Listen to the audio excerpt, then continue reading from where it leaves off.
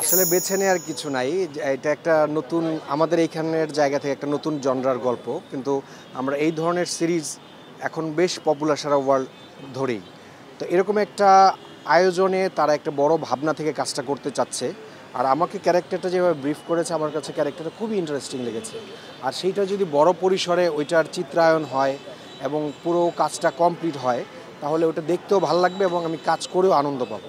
এফোর্টটা দেওয়ার জন্য তো আসলে ওই সাপোর্টটা লাগে যে আমি যে এফোর্টটা দিব সেই এফোর্টটা আসলে নেয়ার মতো পরিবেশটা তৈরি হয় কিনা।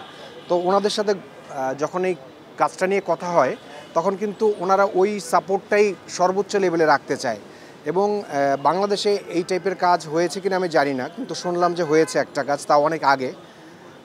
তো আমরা তো সবসময়ই চাই যে একসময় মঞ্চ থেকে মানুষ টেলিভিশন নাটক, তারপরে সিনেমা, ওটিটি, এই যে নানান ধরনগুলো আসছে, ইউটিউবের এক ধরনের জনরা আছে।